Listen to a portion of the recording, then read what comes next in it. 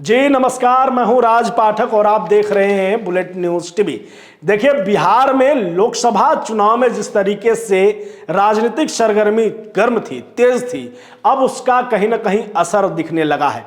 देखिए, ये चुनाव, लोकसभा का चुनाव भले ही राष्ट्रीय मुद्दों पर होता रहा हो, लेकिन बिहार वो राज्य है जहां पर जाति भी एक मुद्दा रहा है, जातिवाद भी एक मुद्दा रहा है और इससे कोई इंकार नहीं कर सकता कि इस चुनाव में भी वो ज़्यादातर दिखा। और ये भी कहा जा रहा है कि इसका असर इंडिया गठबंधन को फायदे के रूप में दिखा, तो एनडीए गठबंधन जो है उनको नुकसान हुआ। लेकिन अब बिहार में राजनीतिक सरगर्मी जो है वो चेंज हो चुका है, बदलाव हो गया है। अब यहां आमने सामने की जो स्थिति में है, इस समीकरण के साथ वहां पर अब यादव वर्सेज पासवान जाती है। ये दोनों अब बिहार की राजनीति में आमने सामने हो गए हैं। उसका कारण हम आपको बता दें। देखिए, एक तरफ तो राजद के जो नेता प्रतिपक्ष हैं, विपक्ष के इस वक्त तेजस्वी यादव राजद के कर्ता धर्ता हैं, वो एक तरफ है, तो दूसरी तरफ है आपको राष्ट्रीय जो है लोक जनशक्ति पार्टी रामविलास के राष्ट्रीय अध्यक्ष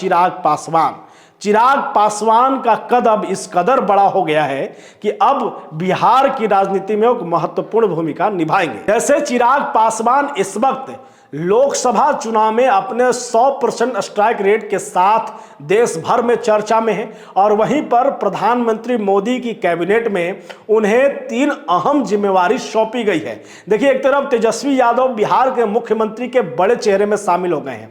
नीतीश कुमार के अलावा अगर कोई मुख्यमंत्री की रेस में सबसे आगे दिख रहा था तो वो थे तेजस्वी यादव, और हो भी क्यों नहीं, क्योंकि वो विपक्ष के तौर पर सबसे बड़े नेता थे।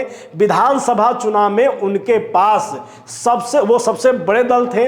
उसी तरीके से विधानसभा में अगर देखें तो जो लोक जनशक्ति पार्टी रामविलास के राष्ट्रीय अध्यक्ष चिराग पासवान हैं, उनकी पार्टी ने कुछ अच्छा परफॉर्मेंस खास नहीं किया था और उनके पास एक भी विधानसभा का जो है वो प्रत्याशी नहीं था जीता हुआ। लेकिन अब जो है विधानसभा चुनाव के 3 साल बाद लोकसभा चुनाव के परिणाम ठीक उलट हो गए हैं, जहां एक तरफ तेजस्वी यादव नेता प्रतिपक्ष बनते हैं, फिर उप मुख्यमंत्री बनते हैं, फिर नेता प्रतिपक्ष, फिर उप मुख्यमंत्री, और दूसरी तरफ चिराग पासवान का कद धीरे धीरे 2020 से जो है वो घटता चला जाता है। देखिए, 2 तरह से हम आपको समझाने की कोशिश कर रहे हैं कि बिहार की अब जो राजनीति होने वाली है, यानी कि अगले साल विधानसभा चुनाव में जो राजनीति होगी वो अब पासवान वर्सेस यादव की राजनीति होने वाली है। इसको आप ऐसे समझिए कि एक तरफ जहां तेजस्वी यादव की कामयाबी इस कदर सर चढ़कर बोल रही थी कि एक तरफ तेजस्वी यादव बिहार के सबसे बड़े दल के तौर पर विपक्ष में सामने हैं,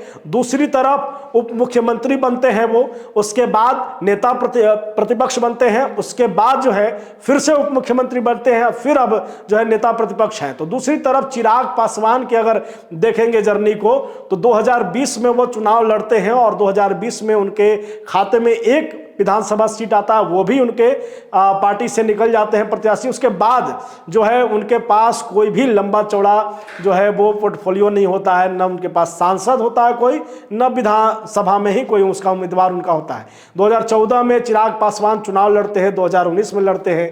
2019 में परिवार के साथ जिस तरीके से बिखराव होता है, 2 धार में पार्टी बदल जाती है और चाचा भतीजे की लड़ाई जग जाहिर हो जाती है। चिराग पासवान धीरे धीरे डाउन स्थिति में जा रहे थे, लेकिन 2024 की स्थिति अब उलट हो गई है और इसका फायदा कहीं ना कहीं बीजेपी ने उठा लिया है। बीजेपी ने समझ लिया है कि अब बिहार को अगर फतह करना है तो यहां पर चिराग पासवान को आगे करना होगा।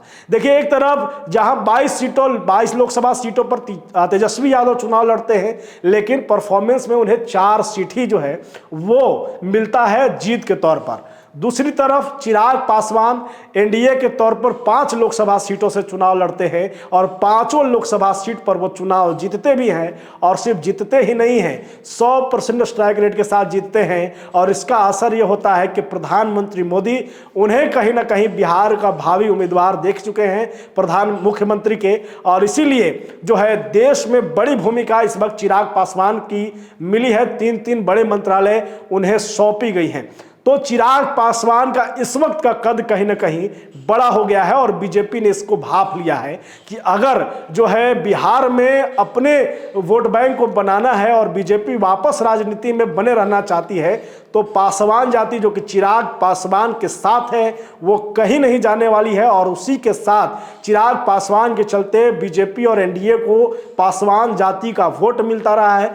तो पासवान जाति को और मजबूत करने की कोशिश जो है वो एनडीए की है और इसीलिए मंत्रालय भी सौंपा गया है और विधानसभा में ये माना जा रहा है कि चिराग पासवान की बड़ी भूमिका होने वाली है। दूसरी तरफ तेजस्वी यादव जिस तरीके से चिराग पासवान पर हमला करने लगते हैं, तेजस्वी यादव का एक बयान आता है हाजीपुर लोकसभा सीट को लेकर, जहां पर वो चिराग पासवान को लेकर कहते हैं कि वो तो खुद ही अपनी सीट को हार रहे हैं, हार की बधाई देते हैं।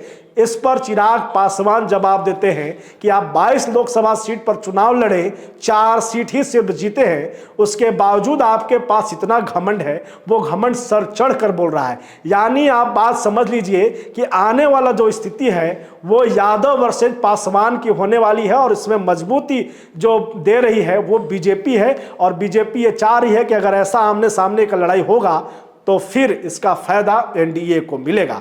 देखना यह होगा कि बिहार की राजनीति में चिराग पासवान की भूमिका कितनी अहम होती है। बने रहिए हमारे साथ, देखते रहिए हमारा एक खास कार्यक्रम। बहुत धन्यवाद।